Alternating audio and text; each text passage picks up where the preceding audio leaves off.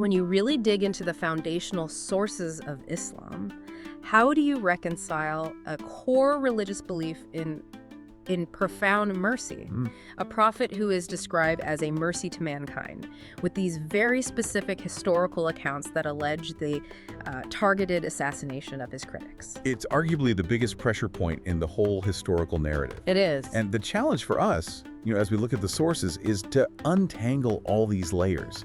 You have politics in a 7th century tribal world, you have ancient warfare, and then you have centuries of theological and legal interpretation piled on top. Absolutely. So for this deep dive, our mission is really to give you, the listener, some clarity. We're going to tackle these controversies head on. We're going deep into the biographical literature, the seerah, and the canonical hadith to figure out what the sources actually say about two really famous cases, Kaab ibn Ashraf and Asma bint Marwan. We have to be so careful to distinguish what's considered historically reliable versus what many scholars just see as fabricated. That distinction is everything, isn't it? It is. Because we're dealing with two completely different classes of source material, and they get mashed together all the time in public debates. Okay, so what are they? On one hand, you've got the early biographies like Ibn Ishaq's seerah. He was trying to collect everything, strong stories, weak stories, all of it. A comprehensive collection. Exactly. But then on the other hand, you have the really rigorously authenticated hadith collections, especially Sahih Bukhari and Sahih Muslim, which had these incredibly high standards for what they would include. Okay, so let's unpack that source problem right away, because it sounds like it dictates the entire argument. We have these two famous cases, but they're in totally separate buckets. Completely separate. We were grading the evidence. The killing of Kaab ibn al-Ashraf it's level 1 evidence. The core account is considered historically solid, it's authentic, or Sahih. And it's everywhere. It's in all the key places, Bukhari, Muslim, the seerah. Mainstream scholarship just accepts this as a historical event. And what about the other cases, the ones with the really graphic and morally shocking details? Yeah, so those are the stories of Asma bint Marwan and the elderly poet Abu Afaq. These are, let's say, level 3 stories. Okay. They show up in some biographies, but, and this is the critical point, they do not meet the standards for inclusion in Bukhari or Muslim. Scholars classify them as weak or even fabricated, da'if or maudu. And that's a huge methodological difference. And it's important for you, the listener, to get that this isn't some modern apologetic moves. Not at all. This is Islam's own internal criticism, hadith criticism, at work centuries and centuries ago. But how did they decide a story was weak? It all comes down to the science of the isnad, the chain of narration. A story is only as strong as its weakest link, Right. So in the case of Asma bint Marwan, for instance, the chain pretty much relies on one person. And who is that person? Who's the weak link in the chain? The main chain for that story has a narrator named Muhammad ibn al-Hajjaj. And classical hadith experts, and we're talking scholars from the 9th, 10th centuries, like Ibn Adi, they had already labeled this guy a liar or a fabricator. Wow. So when modern analysts like Albani look at it, they're just confirming the classical ruling. The report is very weak because the guy telling this story was known to just make things up.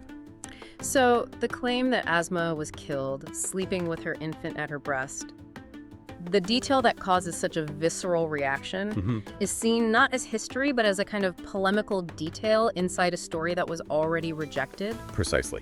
If the source itself is fundamentally unreliable, then any specific detail it contains is just as unreliable. And that really shows why you have to be so rigorous here. You can't use stories your own tradition threw out 1,000 years ago to judge the founder's character. Okay, so let's put those weak stories to one side for a minute and turn our full attention to the one case that is solid and authenticated, Kaab ibn Ashraf. What does the record actually tell us about the order and what happened right after? Well, the sources are clear that the Prophet both authorized and praised the killing. Sahih Bukhari records Muhammad asking, and this is a direct quote, "Who will kill Kaab ibn al-Ashraf? He has hurt Allah and his apostle." So very direct. Very direct. And the key detail is that after the assassins came back, the Prophet explicitly approved what they did, saying, "You have relieved me of him." They faced 0 punishment. Okay, so that action is the undisputed precedent that needs to be understood. But here's the central tension that critics always raise. Was Kaab killed just for writing nasty poems? Was this a case against free speech, or was something else going on? The classical defense, and it's the majority scholarly view, is emphatic on this point. This was not about simple mockery. Kaab was killed because his poetry was the vehicle for treason and incitement to war. The timing is critical here, right? This is right after the Battle of Badr. Exactly. Badr was the first major battle. It was a victory for the Muslims, but they were still incredibly fragile, surrounded by powerful enemies. Right, they were a brand new proto-state. A proto-state, exactly. And it was based on this fragile compact in Medina. Kaab, as a leader of the Jewish tribe Banu Nadir, was actively working to destroy that compact. The sources say he went to Mecca right after Badr. To the enemy's capital. He went straight to the enemy capital, specifically to write poems mourning the Quraysh dead, and most importantly, to incite them to start a new war against Medina. So he literally went to the enemy to rally their troops. I mean, that's far more than just an insult. Oh, it is. And on top of that, he wrote these highly erotic and insulting verses about Muslim women. In that world, insulting your rival's women was a deep form of psychological warfare. Right, it was meant to provoke a blood feud. An unavoidable blood feud, and to shatter the community's morale. So scholars like Ibn Taymiyyah, they emphasize that all his actions together constituted warfare and a treaty violation. He wasn't just a poet, he was an active military agitator. So if you were living in Medina at that time, his actions felt less like blasphemy against a religion and more like a clear and present danger to state security in wartime, and that totally reframes the issue. It absolutely does. When the survival of your entire community is measured in months, inciting the enemy to attack is an act of war. It's not protected speech. Let's talk about the method, though, because this is another part that's often cited as a major moral problem, regardless of why it was done.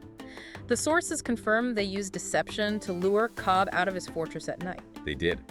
One of the men, Muhammad bin Maslama, specifically asked for permission to speak falsely to gain Kaab's trust. And he got it. And that permission was granted. Now, this use of deception is what classical jurists called kuda, cohort permissible deception in war. They'd point to the famous hadith, war is deception. But the justification went even deeper. How so? The argument is that this method was actually the surgical option. The lesser of two evils. Right. Kaab was a high-value target in a fortress. If you attack the fortress openly, you're attacking his whole tribe. That could spark a massive, bloody civil war inside Medina, killing tons of people, non-combatants. So the targeted deception, in this view, was actually the way to minimize bloodshed. Exactly. It was a strategic move to remove the threat without a wider war, at a time of extreme vulnerability. That makes the narrative so much more complex. It's not just trickery versus honesty. It forces you to weigh the moral cost of deception against the, much greater moral cost of a full-blown tribal war. Exactly. It forces you to admit that war, in any time period, involved these awful moral compromises. Of course, modern critics often reject that context. They see it through a modern human rights lens, where these kinds of killings are highly problematic no matter the threat. And that tension is why we're still talking about it centuries later. Okay, let's circle back to those weak stories for a second, just to understand their impact. The story of Asma bint Marwan with the detail about the infant, it's horrific. Why do these graphic embellishments even exist in stories that scholars rejected? They exist for one reason. Polemical power. Propaganda. It's pure propaganda. Yeah. If you want to create outrage against a movement, you invent details that are emotionally shattering. The infant is in history. It transforms a political act into this savage, monstrous crime. It makes it way more memorable and shareable. It's like 7th century clickbait. And the story of Abu Afaq, the poet who was supposedly 120 years old. Same thing. Yes. Killing a man who's 120 for writing poems, it just maximizes the shock value. It portrays the other side as mercilessly targeting the most helpless people. These are the stories modern critics cite over and over again because of those sensational, unproven details. Okay, so that distinction between, say, wartime intelligence and sensational fiction is vital for understanding the legal side of this. Let's move to that. The Quran itself doesn't explicitly say the penalty for mockery is death. So how did jurists later build these strict blasphemy laws on really a single wartime execution? Right. This is where fiqh, or juristic inference, really kicks in. They didn't derive the law only from the Kaab incident, but that case gave them the single most severe documented action authorized by the Prophet in response to this combination of insult and incitement. So the classical thinking became, insulting the Prophet wasn't just a personal slight, it was an attack on the entire foundation of the social and legal order. Correct. The Prophet was the head of state, the judge, the commander, so attacking him was sedition. And over time, classical jurists took that severe wartime precedent and they generalized it into peacetime law. They created the category of Sab al-Rasul, insulting the Prophet, and they inferred the death penalty from the severity of that original wartime context, even if a later insult didn't have the military threat that Kaab's did. But how do believers today square that severe inference with all the evidence of prophetic mercy? I mean, like the general amnesty at the conquest of Mecca. Well, traditional scholars argue that mercy is the rule and justice or defense is the exception that's forced by an existential threat. Okay. They'll always point to the Prophet's pattern of forgiveness, pardoning all the Meccan enemies, forgiving individuals like Washi who would kill his own uncle.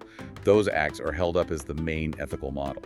The Kaab's case, they argue, remains a very specific, very severe wartime exception. Which brings us to the question that really matters for people today. Given this history, how do mainstream contemporary Muslim scholars look at this material? How does it affect modern legal practice?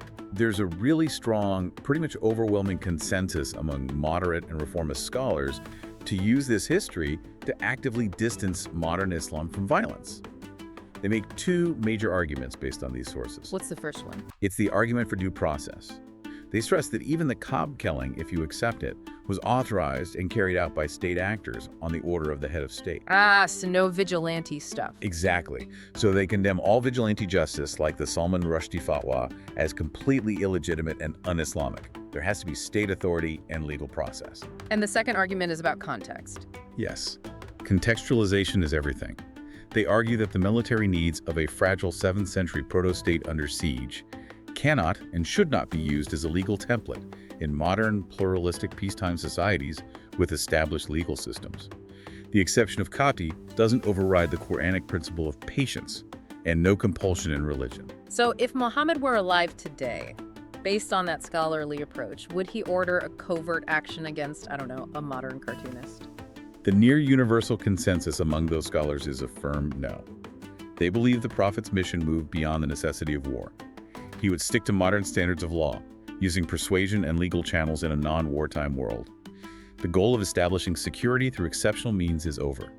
The ethic of patience comes first now. This has been a really necessary, if sensitive, deep dive. Let's try to synthesize the key takeaways for the listener. Okay, first I would say authentication is paramount. The Kaab ibn al-Ashraf case is historically accepted. The sensational stories of Asma and Abu Afaq are rejected by centuries of hadith criticism. We just can't confuse polemics with proven history. Right. And second, the accepted killing of Kaab was historically seen by believers as a wartime political military action against high-level treason and incitement. It wasn't just about religious mockery. That distinction between a state threat and a personal insult is crucial. And finally, modern Islamic law is actively contextualizing this history. It's advocating for due process and upholding the broader Quranic command for patience over these isolated wartime precedents. It's a shift from tribal security back to ethical persuasion. For you, the listener, the relevance here is clear. To understand this history, you have to distinguish the fragile existential needs of a community under siege from the established legal norms of a global religion. It forces us to see how drastically the meaning of justice can change depending on the level of threat you're facing. It really does. And it leaves us with the ultimate question of ethical history. So we'll leave you with this final provocative thought to think about. If your goal is to protect a vulnerable community from a deadly enemy propagandist, does using deception and targeted killing itself become a morally justified act of mercy because it prevents a much bigger, bloodier war? Or does using those methods, no matter the outcome, inherently undermine the moral authority of the leader? The debate over where you draw that line has defined religious and political thought for 1,400 years.